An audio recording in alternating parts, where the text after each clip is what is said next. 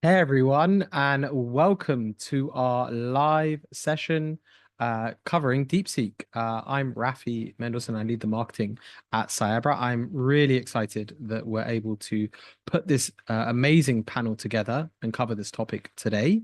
As you all join the conversation, and I can see more people piling in, so we're going to give a couple of minutes, but in the meantime, I'm going to give some updates. And so we see people joining in. So I just wanted to welcome everyone. What we're going to be covering for about 45 minutes, the total discussion. But we also have the option of adding questions during as well. So we're going to leave time at the end of the conversation or near the end of the conversation for Q&A. So I encourage you now and throughout the session, throughout the conversation, to add your questions. Amazingly, some of you have already submitted your questions beforehand, so thanks so much. In the preparation, we've all been looking at those, and so that's been very, very helpful. But please add your Q&A.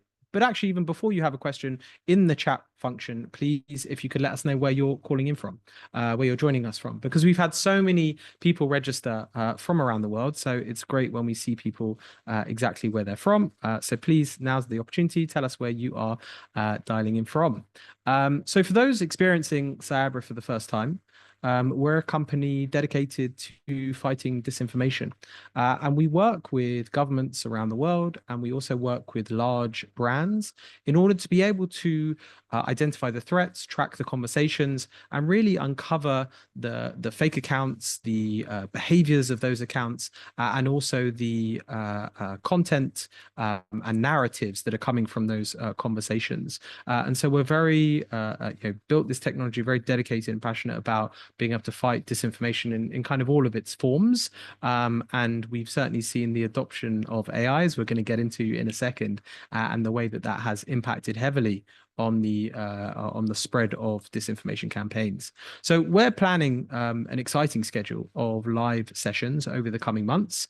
We've got some great topics. We've got some great panelists lined up. But please tell us if there are other topics that you want to see, that you think that are important, big or small, issues that are impacting your day, conversations that you're having in the office around the topic of disinformation, but let's take disinformation in the widest possible sense. So please let us know. There will be a survey at the end, and so that will be a great opportunity for you to add your suggestions, and then we will certainly be taking that up and taking it from there. So please, a reminder to kind of leave your questions as people are piling in. There we go. We've got John from Vancouver, Canada, Sam from Israel. We've got Youssef from Morocco, Lazaro from Mexico. Wow, it's really like a UN here. Fantastic. From far and wide. Wendy from near DC. Hey Wendy, and Doug from California. So thanks so much for joining us all around the world, wherever you are. And a reminder to kind of add your questions. So we're going to get to the panelists. We're going to get to our expert speakers in a moment. But I just wanted to kind of set the scene.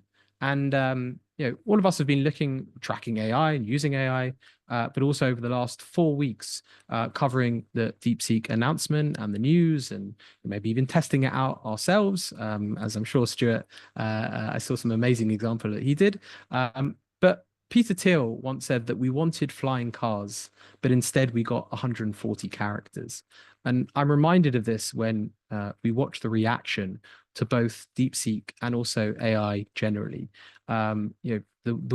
This amazing technology, and it is amazing, right? And we're using it for so many different applications, and we probably don't even know all the applications that we can use it for.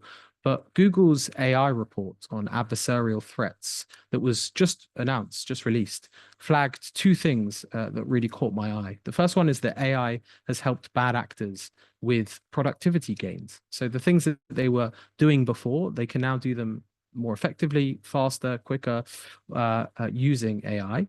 And also the second thing is that AI-powered tools have been leveraged to localize messages, create fake personas, and improve the efficiency of disinformation campaigns. That's definitely something that we've been seeing at Cyabra, but it sounds better when Google put their name to it as well. And so we're going to be exploring some of those challenges being presented, and to even add another layer of the challenges in terms of this topic, Cyabra's own analysis, and we'll be sharing this with you afterwards, is that our own analysis of the online conversation about people talking about DeepSeek just 1 month ago when it launched. We actually were able to uncover that there were thousands of bots that were talking positively about both the new platform, but also particularly about China. So yeah, we're not going to draw 100% conclusive conclusions of where those fake accounts came from. That was something that our analysts were able to uncover using the platform, but in particular found that over half of those fake accounts that were only created in 2025. And so that's just another layer of the conversation and the way that the conversation has moved and the way that we're experiencing the challenges that are being presented in this. So we're going to go to our expert panelists in a second, just to have a look at a few more people. We've got David from New Jersey and also Eddie from New York as well. Thank you for letting us know where you're joining us from. But let's hand it over to our panelists. And instead of me introducing them and getting it horribly wrong, I'm going to hand over to our guests to introduce themselves before we plow into the conversation. So we're going to start with Yael. Yael, if you want to introduce yourself. Thank you, Rafi. Hello, everyone. I'm very happy to be here. My name is Yael. I'm leading the AI product and research at Kela. Kela is a cyber threat intelligence company that provides actionable intelligence in order to prevent cybercrime. And Kela also develops AI security tools to protect AI applications. Amazing. Stuart? Yes, delighted to be here, Rafi. So thank you for the invitation. So I'm Stuart Bruce, and I'm the co-founder of Purposeful Relations. We're based in the UK, but work globally. And we work with corporate affairs, corporate communications, PR teams to help them improve performance. And primarily that means helping them to understand AI and how to use it. But that in its broader sense, it's not just how they're using it, but also looking at what the reputational impacts of AI are if the organization is using it, and some of the things we're going to be talking about this on this webinar of kind of some of the threats and opportunities that it presents to us. Amazing. Great to have you on board to be able to talk about, like I said, the threats, but also equally the opportunities. And I think that's guiding your conversations. Ido. Hey, I'm Ido Shaga, one of the co-founder and the CTO of Cyabra.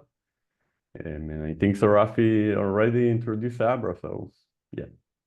Amazing. Okay, so we're going to go just to the first question, and this is very much a discussion as well, not kind of question answers. So, but we'll kick off with let's go around kind of one by one. What is or has been your initial reaction to the launch of DeepSeek? So yeah, let's go around the room. Yeah. I think that DeepSeek is not just like one of the best GenAI tools, models. It also came in really great timing, and it was like week after OpenAI announced on their huge funding, and DeepSeek show us how they can do really good model in not so huge budget.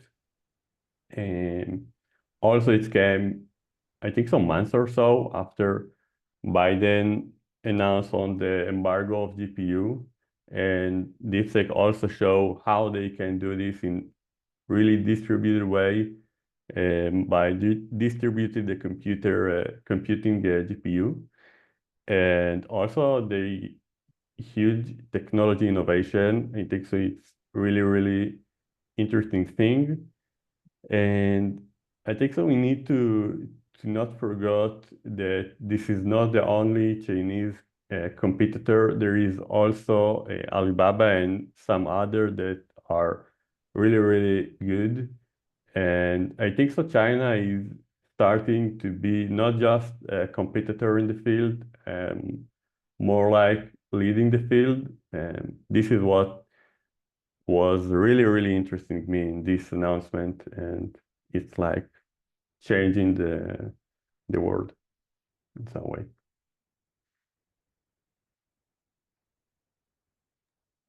Stuart, do you want to jump in? Yeah, no, I mean, it is exactly right. I think my kind of main observations about kind of DeepSeek are how it has changed the game in terms of how you can, its affordability, the technology that it runs on. In the UK, we recently published, the government recently published an AI Opportunities Action Plan. And when it was being launched, the Prime Minister said he wanted the UK to be a nation of AI makers, not takers. And I think actually what DeepSeek have shown is that we can actually have different AI models in different countries, and it isn't all about kind of the big US tech companies, or it doesn't have to be.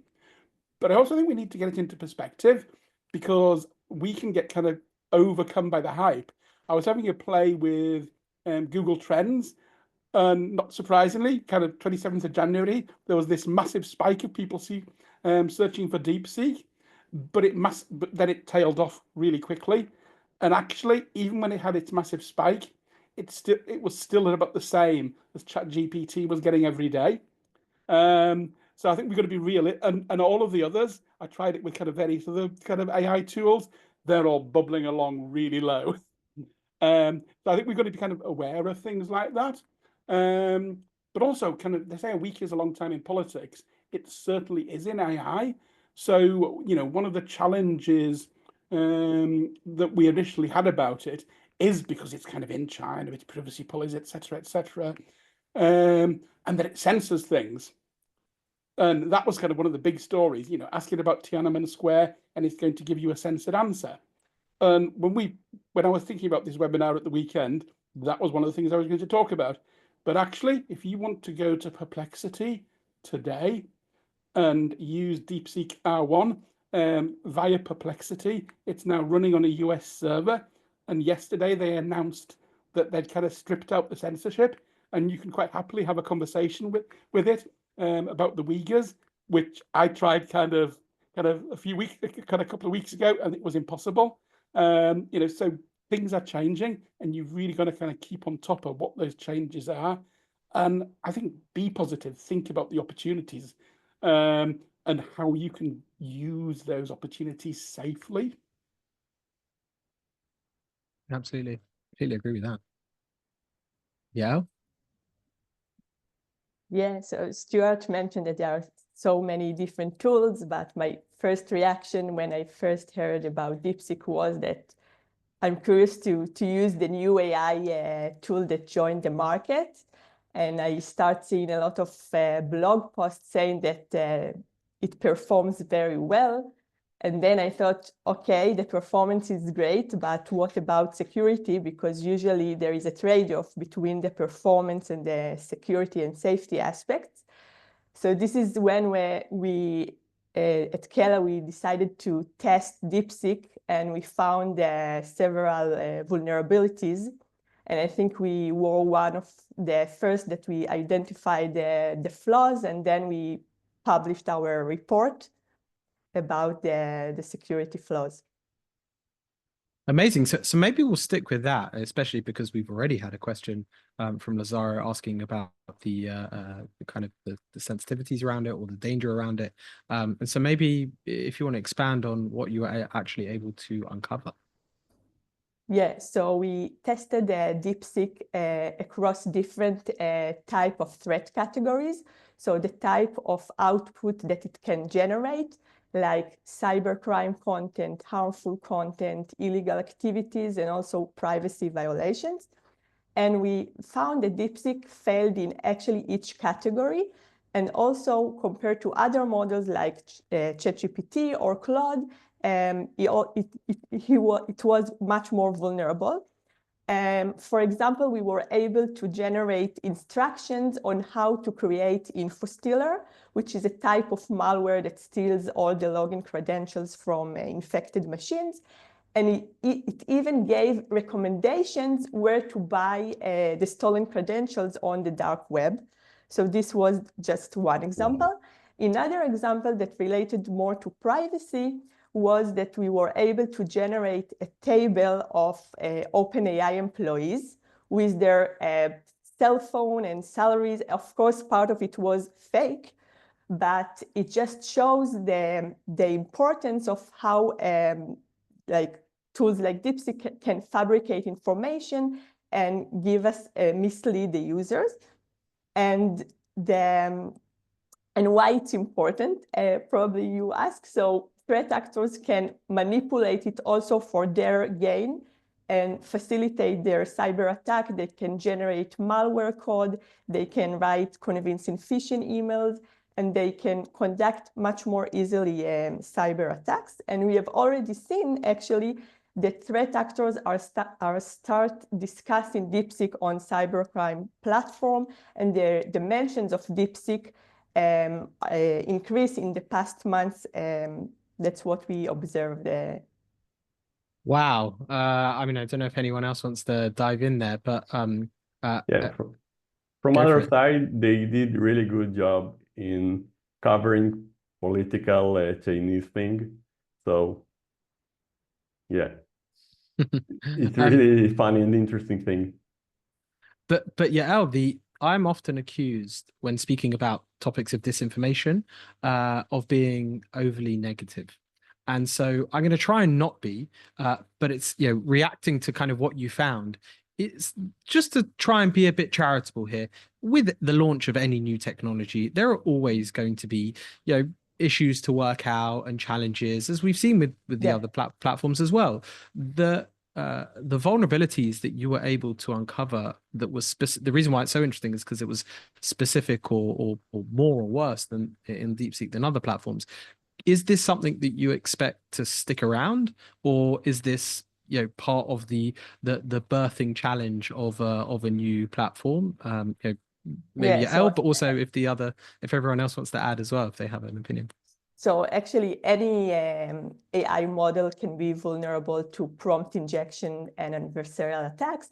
But the difference here that the big player like OpenAI and Google have done some progress in this aspect, and they patch the vulnerability very quickly. And DeepSeek was vulnerable to manipulation that have been patched 2 years ago. So jailbreaks like Dan or Evil, I don't know if you heard about, but it's like methods to instruct the model to adopt a specific persona actually worked on DeepSeek very easily. So it means that it also makes the life of a cyber criminal much more easier because they used the same manipulation that have been shared 2 years ago. So they need to do some work in terms of guardrails and control in order to prevent it. Absolutely. And Stuart, you, in the first few hours, I think, of the launch, you published some interesting findings of your own. And I was wondering if you wanted to share that with the room. Yeah. So basically what I was doing was kind of exploring just how censored the database was. So people have been talking about kind of Tiananmen Square, but the one I actually tried was asking about the Ouijas. And it was quite fascinating in that you could see that DeepSeek knew the answer because it publishes the reasoning. You actually saw it reasoning that it needed to give me information about the history and the ethnicity and the geography, but also I probably wanted to know about the human rights situation, and then that its answer should be fair from an about international concerns and about what the Chinese government said. So I was thinking, oh, this is going to be good. And then the answer kind of pops up, only to disappear a split second later to tell me that it was outside. It was something that it couldn't answer. And then I kind of kept exploring as to why it couldn't, and you couldn't really prompt it into doing so. And that's why I found that kind of Perplexity's announcement yesterday that they'd actually stripped out the censorship was quite interesting. So literally kind of an hour before this call, I was having a play to see whether that was true, and it is. I can ask questions about lots of kind of controversial topics in China. But I think we've also got to be slightly realistic when we're looking at things like this, because it's not as if other LLMs aren't biased and aren't censored. They're just biased and censored from a different perspective. And I think, and it's largely because the way they're trained is on what is out there, and what is out there there is biased and kind of incorrect information. So I think we've got to be kind of careful about kind of saying that it's some sort of draconian trick by China. I mean, should we really be surprised that a Chinese company is obeying Chinese law? It's kind of what you would expect them to do. The bit that I am quite interested in is what kind of was when you were kind of investigating the vulnerabilities, is what would happen on the new versions. So say what the version that Perplexity is running on US servers, what vulnerabilities and risks would be in it.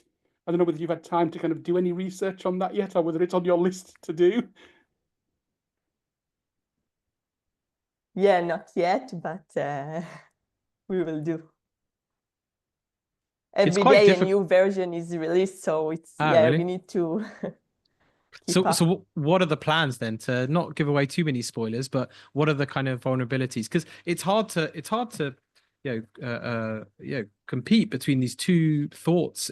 I suppose that I'm holding in my mind. I wonder if others are as well. Of it all has its challenges. It can also be used for good. But then, when you're talking about very specific examples, it's very hard to be able to equate the good versus bad there, because you really can't.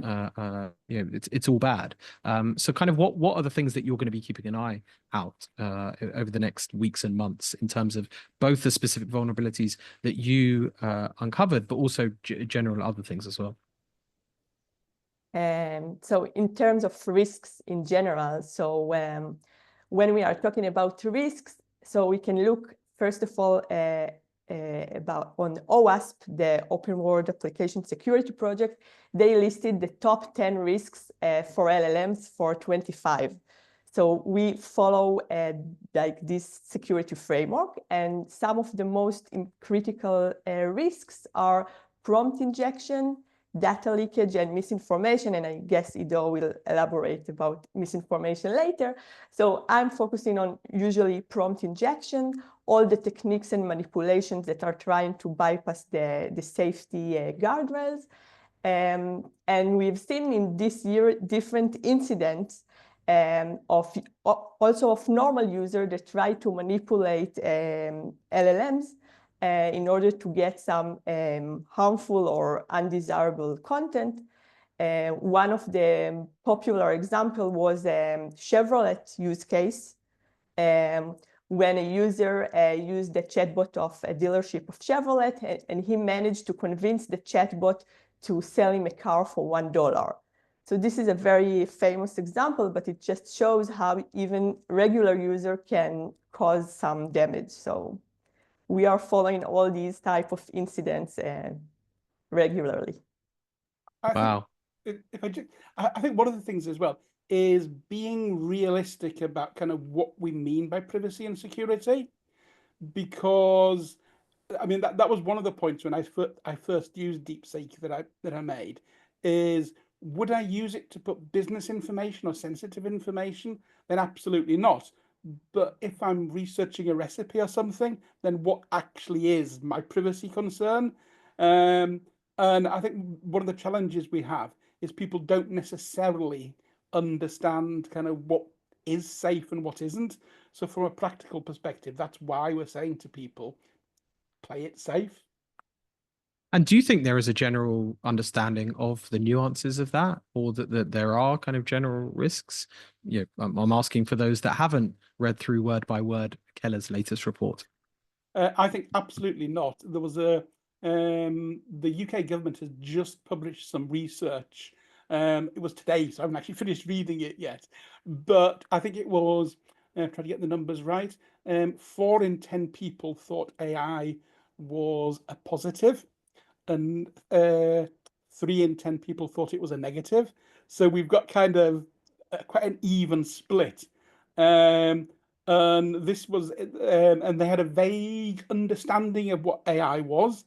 but then also there was when some of the benefits of what it could be used for were being cited, most people actually thought these things were already being done when most of them aren't. So I think there's a very low level, and even things like use.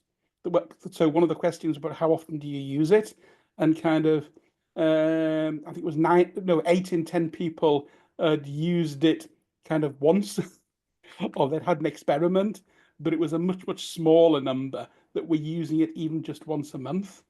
So I think we are very much early days here, and there is really low understanding of kind of, and often people aren't using it because they don't think it's safe. So even when it is, and then the kind of the safe they'll also do not safe things because they don't actually understand what those parameters are. Yeah, absolutely. And in terms of those parameters, or in terms of the potential risks, Idor, you started off talking quite positively, right? Just the advancement in the technology, the barriers are lower, it's quicker, it's cheaper, etc.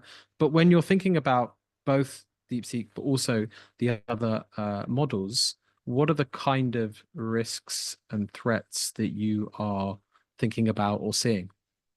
Yeah, so it's make the accessibility to Gen AI models to be much easier and much better than what it was. And it's able to someone that want to create misinformation to be much easier and much better in look almost real. It's like it's able to attacker to create really nice and good flow of content creation, or even images, or create a really profile that look really authentic in the social media, and it's make the fight against the misinformation much difficult, and it's just make the life of the attacker easier, and we need to work harder. And what are the ways that we can work harder? I mean, I suppose question to everyone in the room, and what are the ways that we can work harder to identify those risks and overcome them? I think it's that's the kind of the identifying the risks is part of it. I think what the approach that kind of organizations need to take is to start off with that risk audit and actually understanding the environment that they're operating in. And then the next stage is actually working with companies like Cyabra that can then help them to monitor it, and kind of have that real-time awareness of what's happening. In terms of kind of what you then do, it's not good enough to just wait for that kind of disinformation to hit you. You have to kind of put the steps in place first. So you need to do things like pre-bottle and actually creating an environment where your stakeholders will be less susceptible to that disinformation, because trying to rebut it afterwards, as kind of communications professionals, people often have the natural instinct of that facts always win. Well, actually, when it comes to disinformation and misinformation, they don't. If somebody really strongly believes a myth, if you try to rebut it with facts, you're actually often going to reinforce that belief.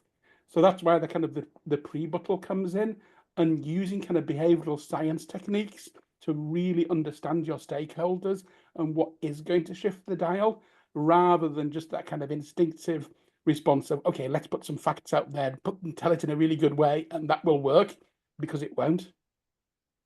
And I definitely want to expand on that, because you've given one example, but I am unfortunately going to push the panel for some more specifics of the kinds of things that organizations or should be thinking about, because by this point we've successfully scared everyone in the audience. So I'm going to feel free to whoever wants to jump in first. What are the other things that businesses, rather instead of let's wait and see, or we need to read up more about this, what are the specific tangible things that organizations could and should be doing in order to mitigate the current risks, even if they don't improve, right? If the technology advances and changes and gets better, etc. But as it currently stands today, what should organizations be doing? So I think organizations, first they went to quick adoptions of AI tools, which is great, but I think they should focus also on the security aspects, which means like to test and evaluate the performance of generative AI tools before they give it to employees or use it like on daily life. So there are different types of tools to test and evaluate the performance and to get really assessment of generative AI tools in order to be sure that they produce reliable and trustworthy content. And also, as you already mentioned, like to keep an eye on the threat landscape of and how cyber criminals behave and discuss and what are their recent trends and tactics, because actually we've seen in the last year that there are new sections on cybercrime forum dedicated to AI dark tools, which are malicious tools to do all these malicious activities. So organization needs to keep in mind and to monitor the environment more carefully. Idor, what else could organizations or people be doing to think about those risks? I think so. This is a lot of education to be to not believe everything you see in the internet. What we really like in Cyabra, to quote Abraham Lincoln, and I think so. It's a lot of education the people, and I hope that there will be more tools that will know to fight all of the disinformation and all of the malicious activity that can be created by Gen AI, because from my perspective, there is no enough tools that help a company to prevent this risk, and I hope so that will came up soon. A lot of company that will know to do this, and yeah. Yeah, and the AI for good, as we often talk about. Right, Rafi, I'll just jump in very quickly to kind of reinforce what they both said. So the Union AI Act has had kind of mixed views. There's a lot of things that are kind of flaws in it, but I think one of the positives is Section 4, where it puts an onus on employers to ensure AI literacy amongst their staff. And basically, the way which is what both Yuri and Ido kind of talked about, it is about having that policy in place. So, before having a permission-based system for new tools, so people can make a request, because you don't want to kind of stifle innovation, but actually having some sort of filter before it goes in, making sure you've got training in place.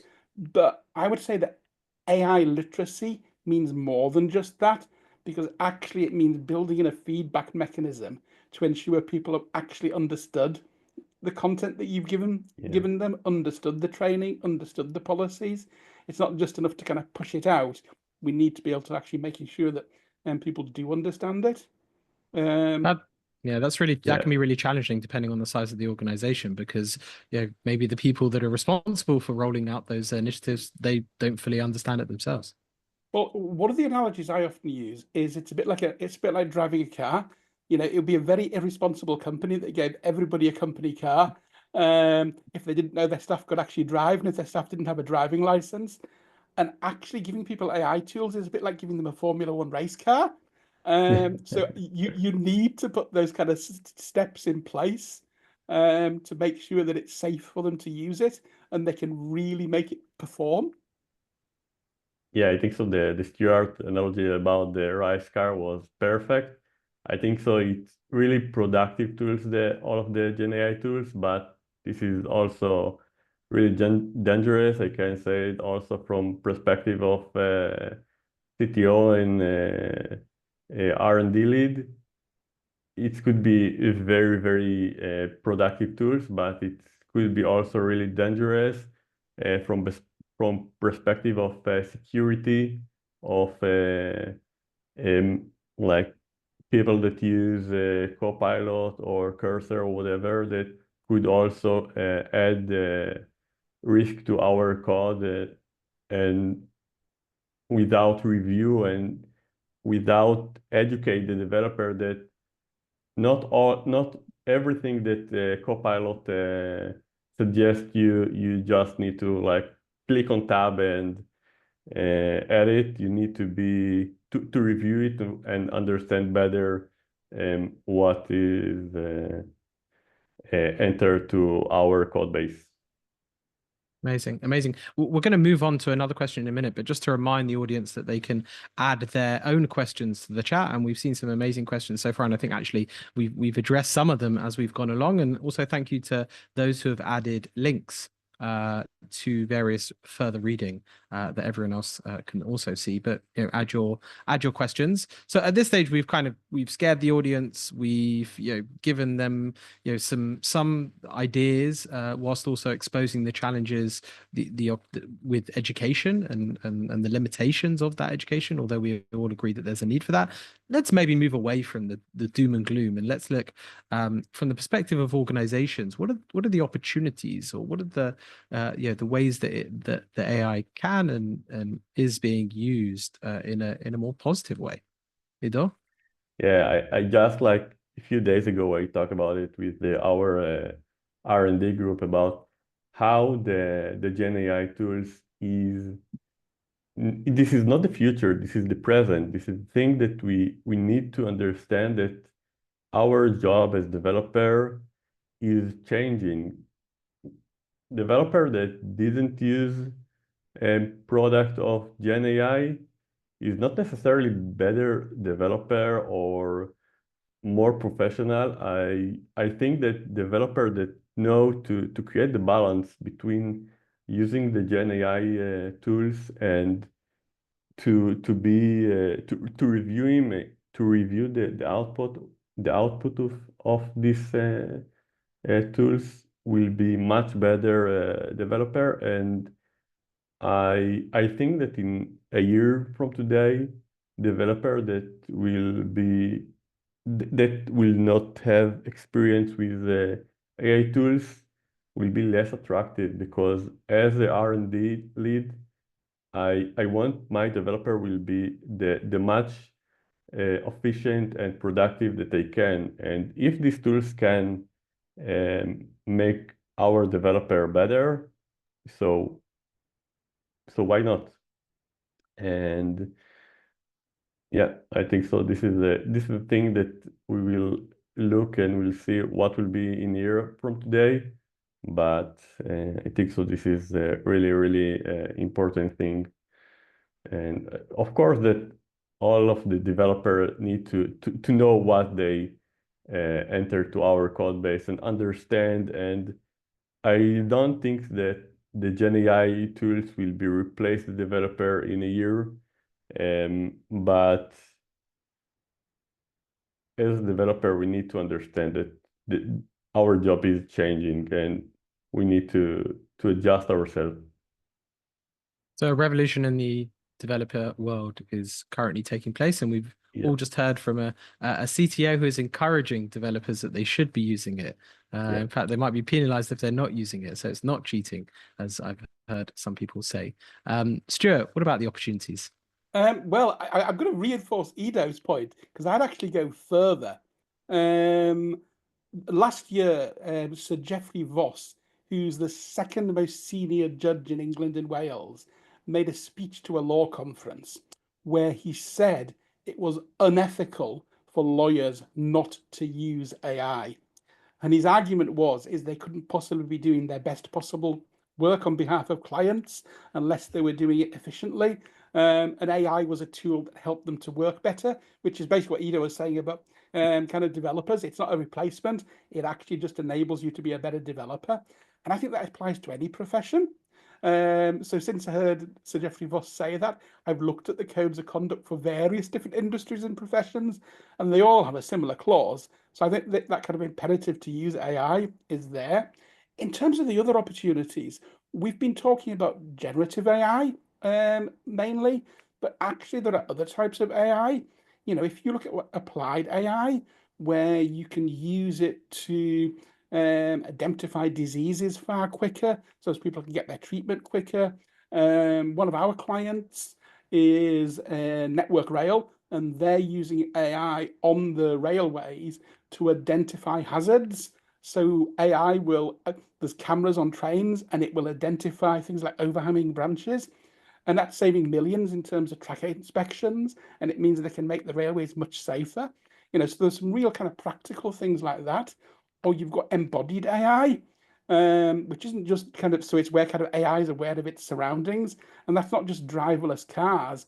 It's things like, you know, Starship robots. We've got them near where I live, and they will pick up your the local grocery store will pack your groceries into the little robot, and it delivers it to your door. It cracks that kind of last mile with really low emissions and kind of ultra safe, and people like interacting with them. So I think this whole thing about thinking about social license for AI and how we can kind of overcome people's natural distrust of it and look at the kind of the broadest range of opportunities. And then if you go back to Gen AI, you know, and look at some of the practical uses that are here now, you know, so things like I was talking to a local government entity where they're using Microsoft Copilot, and it's saving their staff 2 to 4 hours a week. And this is when they've just started. They think they're going to get more savings. Now that 2 to 4 hours a week is with people like social workers. So it's taking away their admin, and it's letting them actually spend quality time with vulnerable families because they're saving that time each week. And you know, this is the here and now. And I think in terms of the opportunities, things like that are only going to get better because people are learning how to use it. I'm sure those savings could be greater if they were using it more effectively, and if everybody across the organization was using it. So I think there's lots to be optimistic about, but it does go back to that kind of putting those safety guards in place. And those things are only going to happen if you've got policies, if you've got training, if you've thought about the risks as well as the opportunities. Amazing. I love that. And I love hearing of very specific examples of it being used in a positive way. And I think that reminds us that it does have that power. So thanks for showing the joy and the light, and not just the doom and gloom. We're going to come to a couple of questions and then kind of wrap up the conversation.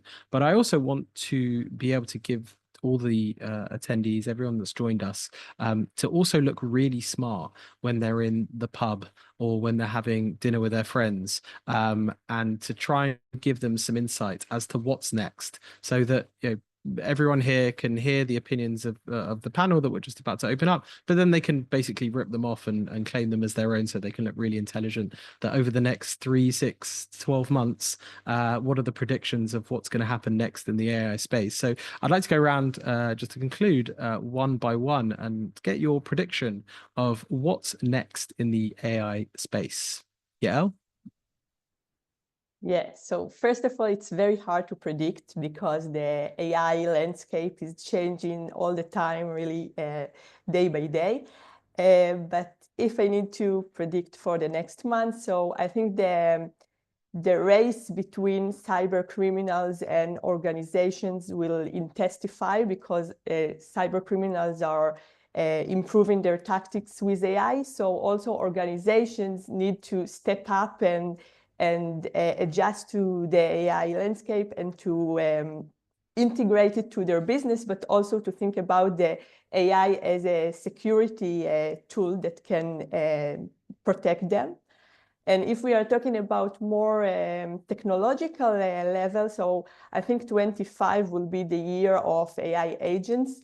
If we were talking about AI tools, so we will see now AI agents that are autonomous systems that cannot just generate or text, they can really take actions, and they have access to external data, and we have already seen some examples. And I think it will open up a new risk landscape, but I think we will discuss about it in the next webinar, so stay tuned. That lines us up nicely for the next one. Stuart? After being optimistic, I'm going to go be a bit pessimistic. No. I'm going to say it's going to be about social license. I think as people become more aware of AI, there's a real nervousness and fear about it and a lack of understanding. And unless we take people with us, and by we, I mean kind of companies, governments, and I know certainly from my perspective of working with comms and corporate affairs teams, we've got to work more on helping kind of employees, customers, all stakeholders to understand that AI is a benefit for them and it's an opportunity, and that we are doing the hard work to mitigate the risks. And that means actually doing it. So listen to what y'all just said and kind of making sure it's not just words, but actually when we talk about safety and security, that's really what we're doing. Because if we don't crack that social license, we're not going to get those opportunities. Practically, I think a small thing we're going to see is it's going to become easier to use. At the moment, even just like look at OpenAI, it's got a multitude of models. When you open ChatGPT, you've got to be a real nerd to understand which model to use for what. And I think very soon, and Sam Altman's already kind of alluded to it, you're not going to need to worry about it. It will actually choose the right model for you, and all of that kind of confusion will go away. Completely nice. And Idar, what's your prediction that everyone else can steal to make themselves look clever in front of their friends? I hope so that someone or some government will take the lead and create some regulation regarding the all of the tools of genai. I assume that it will take time. Probably it will be like what is going on with Facebook, that each of couple of years there is some government sue them and they pay, and it's like nothing change.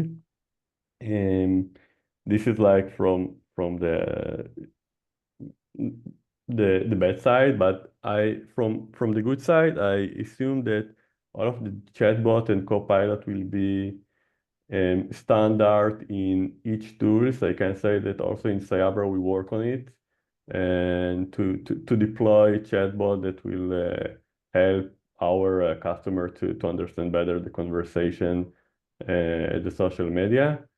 And yeah, this is my 2 cents. Amazing, amazing. Well, I'm afraid we've actually run out of time for questions, and I'm really sorry that because we've had some amazing questions beforehand. David Siegel as well asked a question about the inputting of different languages within the models to be able to get different answers. And if there's a way there, I'm really sorry that we've run out of time, but I'm mindful of everyone's time and respect that. And so just wanted to thank everyone for joining us. I wanted to thank our panelists, especially for joining us. You can definitely check out, and I recommend that you check out Stuart's readings across social, his writings across social, and also check out Purposeful Relations, especially if you want to find out his discovery of DeepSeek kind of correcting itself in real time. I also recommend checking out Keller's research that Yael worked on, not just the research that's out, but the research it sounds like over the coming weeks and months that's going to continue to track this, that's going to be so fascinating. So thanks really for joining us. A recording of the conversation is going to be sent to everyone afterwards, and questions that weren't answered, again, apologies, but we'll try to respond those via email or a different format. We are planning on other live sessions, and so give us your suggestions of that, but also keep an eye out for that. And once you finish the call, for those of you who are still on it, we are going to send a short survey, and so we'd love for you to add your suggestions or give us your input so that we can continuously improve. Thank you so much for joining us wherever in the world you are. We really appreciate it, and have a great day, everyone.